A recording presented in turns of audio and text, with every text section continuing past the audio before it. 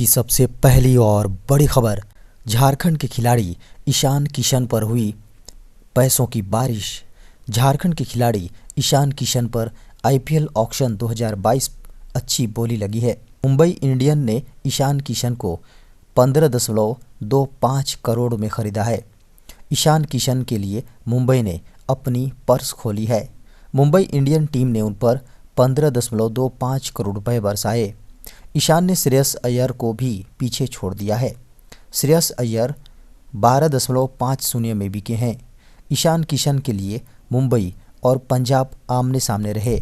ईशान किशन का base price 2 crore है। बता दें कि ईशान किशन एक भारतीय अंतर्राष्ट्रीय क्रिकेटर हैं जो घरेलू क्रिकेट में झारखंड के लिए खेलते हैं। झारखंड के मुख्यमंत्री श्री हेमंत सोरेन ने किया सेंटे वीटा हॉस्पिटल के कैथ लैब का उद्घाटन। मुख्यमंत्री हेमंत सोरेन ने शनिवार को सेंटे वीटा हॉस्पिटल रांची की कार्डियक यूनिट में कैथ लैब का ऑनलाइन उद्घाटन किया। इस दौरान उन्होंने कहा कि झारखंड में स्वास्थ्य सुविधाओं को बेहतर बनाने के लिए सरकार लगातार प्रयास कर रही है। लोगों को अपने ही राज्य में अच्छी चिकित्सीय सुविधाएं मिले, यह हमारी सर्वोच्च प्राथमिकता है। कैथ लैब स्थापित करने पर हॉस्पिटल मैनेजमेंट को बधाई और शुभकामनाएं दी। मुख्यमंत्री ने कहा कि झारखंड में ऐसी मजबूत स्वास्थ्य संरचना बनाने की कोशिश कर रहे हैं ताकि यहां के मरीजों को इलाज के लिए झारखंड के बाहर के बड़े शहरों के बड़े हॉस्पिटल का रुख नहीं करना पड़े। दोस्तों, बड़ी खबर है, झारखंड में 16 फरवरी को होगी फिर से बारिश। झारखंड की राजधानी रांची समेत झारखंड के बोकारो, गढ़वा, पलामू, देवघर, धनबाद, दुमका इन जिलों में 16 फरवरी को फिर से बारिश हो सकती है। मौसम केंद्र ने इसको लेकर येलो अलर्ट जारी किया है। इसके अनुसार 16 फरवरी को झारखंड के उत्तरी और मध्य भागों में वज्रपात के साथ बारिश की संभावना जताई गई है। पूरे झारखंड में बीते 24 घंटे में मौसम शुष्क रहा। सबसे अधिक तापमान चाईबासा का 28.8 डिग्री रहा। मौसम विभाग के अनुसार अगले 2-3 दिनों में न्यूनतम तापमान में बड़े बदलाव की संभावना नहीं है। इसके बाद न्यूनतम तापमान में धीरे धीरे वृद्धि होगी। 12 फरवरी को झारखंड की राजधानी का न्यूनतम तापमान 8 डिग्री, 13 और 14 फरवरी को 9 डिग्री न्यूनतम तापमान रहने की संभावना है। 15 फरवरी को न्यूनतम तापमान 11 डिग्री और 16 फरवरी को 15 डिग्री सेल्सियस रहने की संभावना जताई गई है। बड़ी खबर है, झारखंड के इन इलाकों से होकर गुजरेगी वाराणसी हावड़ा बुलेट ट्रेन। बिहार और झारखंड में रहने वाले लोगों के लिए बेहद खुशी की खबर है। ताज़ा खबरों के अनुसार वाराणसी हावड़ा बुलेट ट्रेन बिहार के गया और झारखंड के धनबाद, कोडरमा और हजारीबाग के रास्ते चलेगी। खबरों को माने तो रेल मंत्रालय देश भर में 7 हाई स्पीड बुलेट ट्रेन को लेकर तैयारी कर रहा है। देश के कुछ इलाकों पर इसके लिए डीपीआर तैयार किया जा रहा है, तो कुछ जगहों पर डीपीआर तैयार कर लिया गया है। बहुत जल्द बुलेट ट्रेन का काम शुरू किया जाएगा।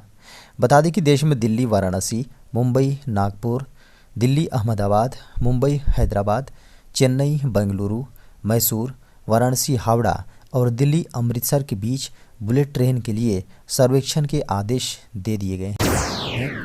जल्द जारी होगा जेपीएससी पीटी का संशोधित रिजल्ट।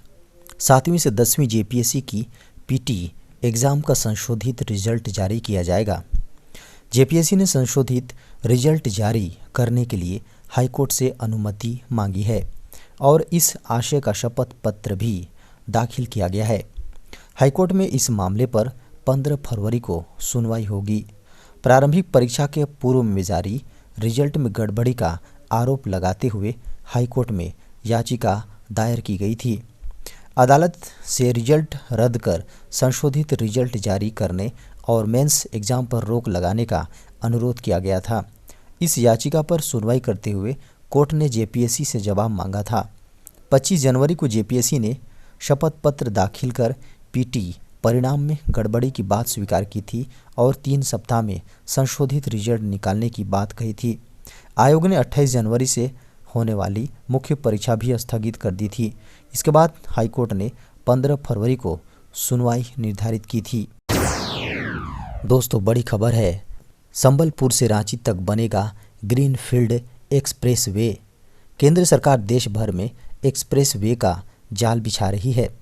बहुत जल्द ओडिशा के संबलपुर से झारखंड के रांची तक नया एक्सप्रेस वे बनाया जाएगा। इसको लेकर विभाग के स्तर पर तैयारी की जा रही है।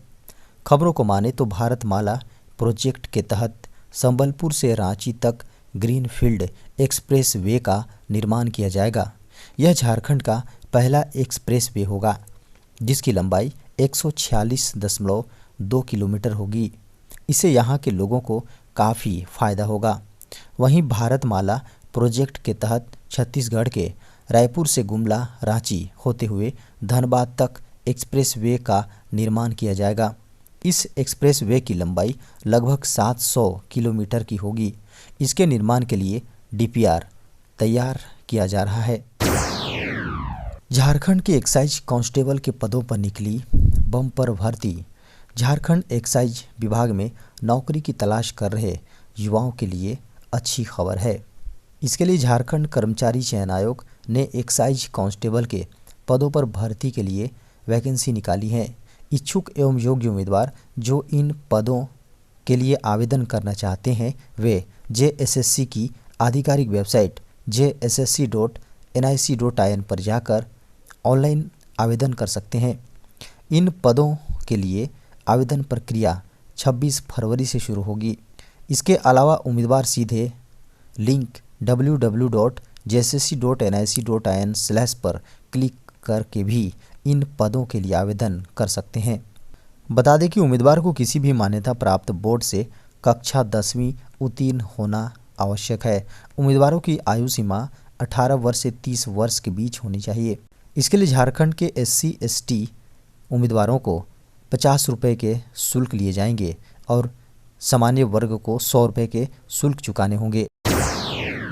देश में पिछले 24 घंटों में कोरोना के मिले 50,000 से अधिक मामले।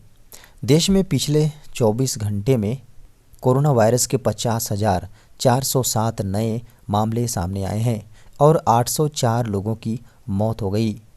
केंद्रीय स्वास्थ्य मंत्रालय की ओर से जारी किए गए आंकड़ों के अनुसार देश भर में अब सक्रिय मामलों की संख्या घटकर 6,10,443 हो गई हैं। वहीं इस महामारी से जान गंवाने वालों की संख्या बढ़कर 5,07,981 हो गई है। आंकड़ों के अनुसार पिछले दिनों 1,36,962 लोग रिकवर हुए, जिसके बाद अभी तक 4,14,68,120 लोग संक्रमण से रिकवर हो चुके हैं। राष्ट्रव्यापी टीकाकरण मुहिम के तहत अभी तक कोरोना वायरस रोधी टीकों के लगभग 172 करोड़ की खुराक दी जा चुकी है। देश में जल्द शुरू होंगे 200 नए शैक्षणिक टीवी चैनल। बजट में सरकार ने 200 नए टीवी चैनलों को शुरू करने की घोषणा की है। इसके तहत अगले 2 से 3 महीनों में लगभग 100 टीवी चैनलों को शुरू करने की तैयारी भी है। इनमें कई ऐसे चैनलों को भी शुरू करने की योजना है जिसके जरिए सिर्फ व्यावसायिक शिक्षा की ही पढ़ाई कराई जाएगी। इन चैनलों को शुरू करने की जो योजना बनाई गई है उनमें लगभग 100 टीवी चैनल अकेले स्कूली शिक्षा के लिए होंगे। इसी तरह से उच्च शिक्षा के लिए भी लगभग 50 टीवी चैनल शुरू होंगे, जबकि व्यावसायिक शिक्षा और टेक्नोलॉजी एजुकेशन के लिए भी कुछ समर्पित चैनलों को शुरू करने की योजना है। शिक्षा मंत्रालय के अनुसार मौजूदा समय में पीएम ई विद्या योजना के तहत 12 टीवी चैनल संचालित किए जा रहे हैं। इनमें पहली से 12वीं तक के लिए एक एक समर्पित चैनल है। वैलेंटाइन डे पर यात्रियों को रेलवे का तोहफा। भारतीय रेलवे अपने यात्रियों के लिए अच्छी खबर लेकर आया है। अब यात्री बिना किसी परेशानी के ट्रेनों में सफ़र करते हुए अपने पसंदीदा भोजन का लुत्फ ले सकेंगे। राजधानी, शताब्दी व दुरंतो जैसी प्रीमियम ट्रेनों में 21 दिसंबर 2022 को ही भोजन मिल रहा था। मालूम है कि 14 फरवरी तक व्यवस्था को 100% तक बहाल कर दिया जाएगा। वैलेंटाइन डे पर यात्रियों को यह गिफ्ट के साथ यह खास सेवा मिलने लगेगी। भारतीय रेलवे खान पान और पर्यटन निगम लिमिटेड यानी IRCTC रेल मंत्रालय का एक सार्वजनिक उपक्रम है।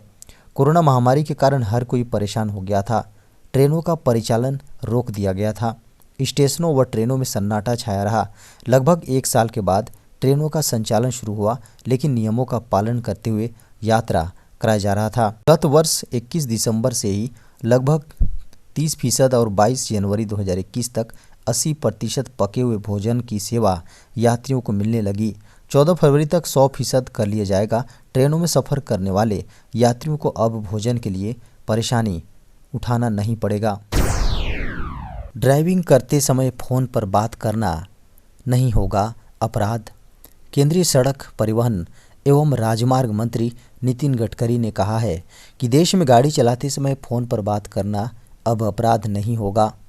इसके लिए नए नियम बनाए गए हैं, जिसमें ड्राइविंग करते समय फ़ोन पर बात करने को अपराध की श्रेणी से बाहर रखा गया है। हालांकि इसका मतलब ये नहीं है कि गाड़ी चलाते समय आप फ़ोन को कान में लेकर बात करें। अगर आप कई अन्य तरह के नियमों का पालन करते हैं तभी आप फ़ोन पर बात कर सकते हैं। गडकरी ने लोकसभा में दिए एक बयान में कहा कि कार में फ़ोन पर बात करने के लिए कुछ नियमों का पालन करना होगा। बयान के अनुसार गाड़ी में फ़ोन पर बात करने की अनुमति तभी होगी जब मोबाइल फ़ोन में हैंड्स फ्री लगा होगा। इसका मतलब ये हुआ हैंड्स फ्री पर बात करते हैं तो इसके लिए चालान नहीं कटेगा। इसके अलावा फ़ोन कार में नहीं होना चाहिए। हैंड्स फ्री पर बात करने के लिए फ़ोन का पॉकेट में होना ज़रूरी है।